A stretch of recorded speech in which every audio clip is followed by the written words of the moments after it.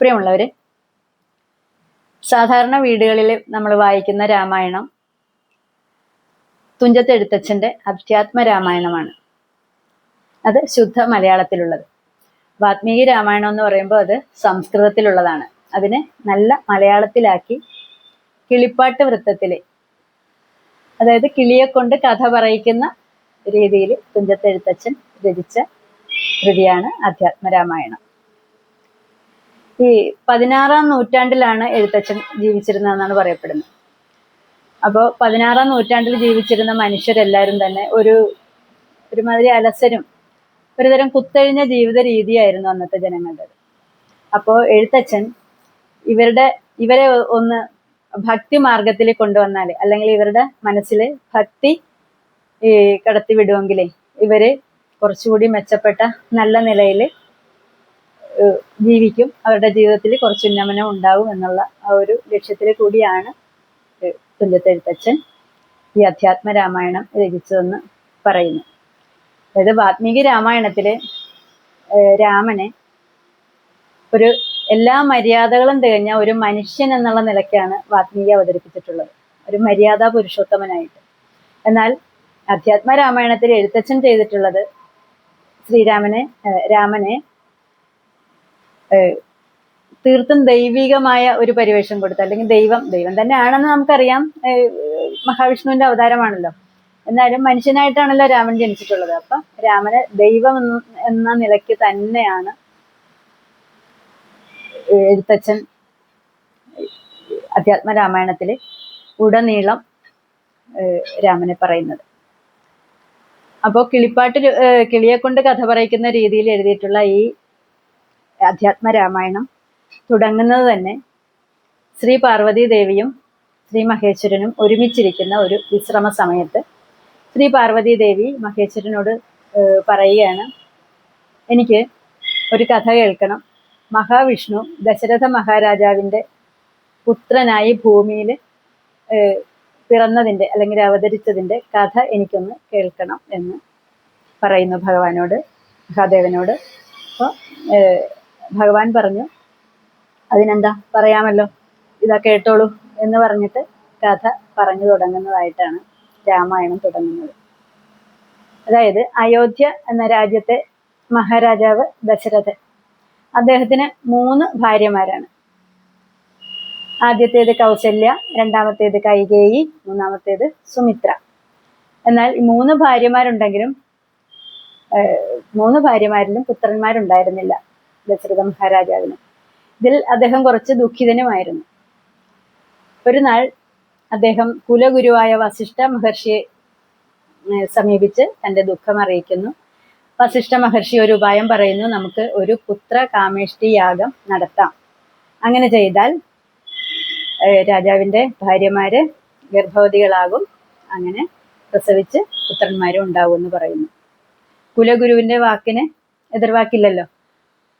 എത്രയും പെട്ടെന്ന് മഹാരാജാവ് ഈ പുത്ര കാമേഷ്ടി യാഗത്തിന് വേണ്ടുന്ന ഒരുക്കങ്ങളൊക്കെ നടത്തി യാഗവും തുടങ്ങി. യാഗം നടന്നു.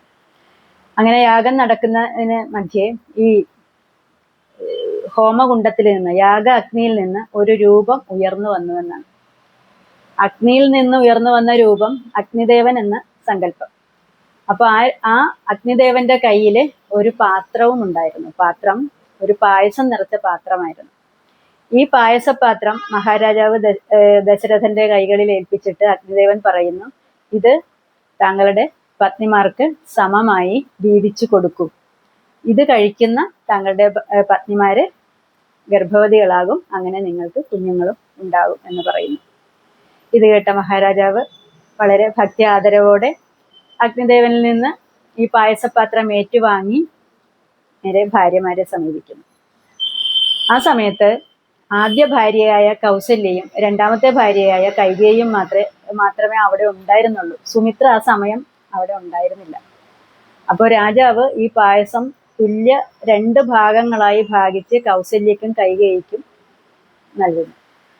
എന്നാൽ ഇവര് അത് കിട്ടിയ പാടെ കഴിക്കാനൊന്നും നോക്കിയില്ല. അവര് ഇളയവളായ സുമിത്രയ്ക്ക് വേണ്ടി 2 പേർക്കും കിട്ടിയ ഭാഗങ്ങളിൽ നിന്ന് ഓരോ ഭാഗം നീക്കി വെക്കുന്നു.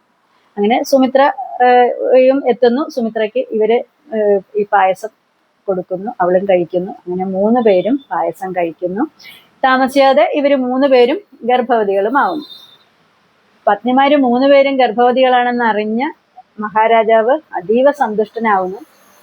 നഗരവാസികളും അതീവ സന്തുഷ്ടരാകുന്നു.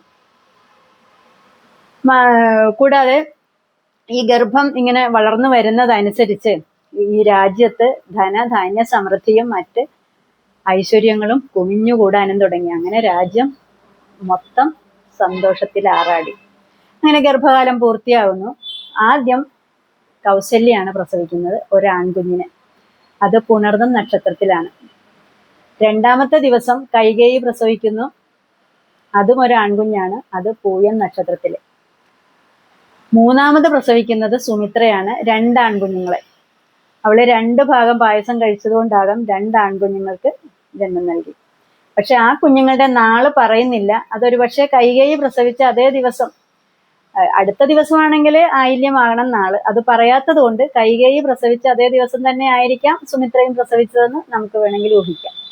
അങ്ങനെ 4 ആൺകുഞ്ഞുങ്ങൾ, 3 ഭാര്യമാർക്ക് കൂടെ 4 ആൺകുഞ്ഞുങ്ങൾ പിറന്ന രാജാവ് അതീവ സന്തുഷ്ടനായി. ഉടനെ കുഞ്ഞുങ്ങളുണ്ടായാൽ പിന്നെ അധികം വൈകാതെ നമുക്ക് അവർക്ക് പേര് വിളിക്കണമല്ലോ.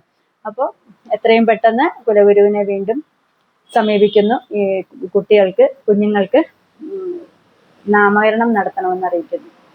അദ്ദേഹം അത് വൈകാതെ നമുക്ക് ചെയ്യാമെന്ന് പറഞ്ഞ് അതിനുള്ള ഏർപ്പാട് ചെയ്ത് നാമകരണം നടത്തുന്നു. ആദ്യ കുഞ്ഞ് കൗസല്യ പ്രസവിച്ച ആദ്യ കുഞ്ഞ് ആൺകുഞ്ഞാണല്ലോ. ഇതിനിടയ്ക്ക് വേറൊരു ചെറിയ സംഭവം കൂടിയുണ്ട്.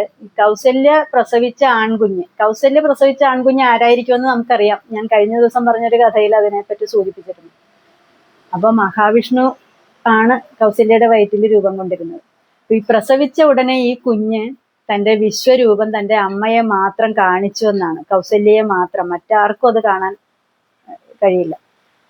ഭഗവാന്റെ രൂപം, മഹാവിഷ്ണുവിന്റെ രൂപം കൗസല്യയെ കാണിക്കുന്നു. കൗസല്യ ഇത് കണ്ട് സന്തോഷവും ആശ്ചര്യവും ഒക്കെ ഉണ്ടായി അവൾക്ക്. അവള് കഴിഞ്ഞ ജന്മത്തിലെ മഹാവിഷ്ണുവിനെ പുത്രനായി ലഭിക്കണമെന്ന് പ്രാർത്ഥിച്ച് തപസ് ചെയ്തവളാണ്. ഈ ജന്മത്തിലെങ്കിലും അത് സാധിച്ചു എന്നുള്ളത് അവളെ അതീവ സന്തുഷ്ടയാക്കി.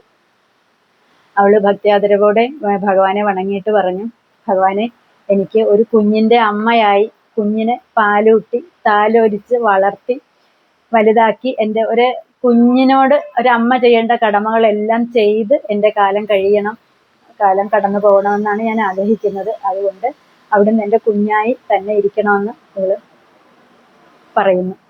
ഭഗവാൻ ഉടനെ തന്നെ അപ്പൊ പിറന്നു വീണൊരു കുഞ്ഞിന്റെ രൂപത്തിലായി കൈകാലിട്ട് ഇടിച്ച് കളിക്കാൻ തുടങ്ങി. അപ്പൊ ഇത് കൗസല്യക്ക് മാത്രം അറിയുന്ന ഒരു സംഭവമാണ്. അപ്പൊ ഏതായാലും വസിഷ്ഠ മഹർഷി എത്തി നാമകരണത്തിനുള്ള ഏർപ്പാടുകളൊക്കെ ചെയ്തു. കൗസല്യയുടെ പുത്രനായ ആദ്യത്തെ ആൺകുഞ്ഞിന് രാമൻ എന്ന് പേരിട്ടു. എല്ലാ മര്യാദകളും തികഞ്ഞ ആളെന്നുള്ള ഇതില് രാമൻ എന്ന് പേരിട്ടു. രണ്ടാമത്തെ ഭാര്യ കൈകേയിയുടെ പുത്രൻ ഭരതൻ, രാജ്യം ഭരിക്കാൻ യോഗ്യൻ എന്നുള്ള ഒരു സങ്കല്പത്തില് ഭരതനെന്നിട്ടു. 3ാമത്തെ ഭാര്യമാർക്ക് 2 ആൺകുട്ടികൾ. അതില് ഒരെണ്ണം ലക്ഷണമൊത്തവൻ എന്നുള്ള അർത്ഥത്തിൽ ലക്ഷ്മണൻ എന്നും, ശത്രുക്കളെ നിഗ്രഹിക്കാൻ പ്രാപ്തൻ എന്നുള്ള ആ ഒരു അർത്ഥത്തിൽ ശത്രുഘ്നൻ എന്നും അടുത്ത കുഞ്ഞിന്. അങ്ങനെ 4 പേർക്കും പേരിട്ടു. രാമൻ, ഭരതൻ, ലക്ഷ്മണൻ, ശത്രുഘ്നൻ, ഇങ്ങനെ 4 ആൺകുട്ടികൾ ദശരഥ മഹാരാജാവിന് പിറന്നിരിക്കുകയാണ്. ഇനി ആ കുട്ടികൾ വളർന്നു വരുന്നതനുസരിച്ച് ഒരുപാട് സംഭവങ്ങളും ഒരുപാട് കഥകളിലൂടെയൊക്കെ നമുക്ക് രാമായണത്തിൽ പറയുന്നുണ്ട്. അത് നമുക്ക് പിന്നാലെ കേൾക്കാം കേട്ടോ.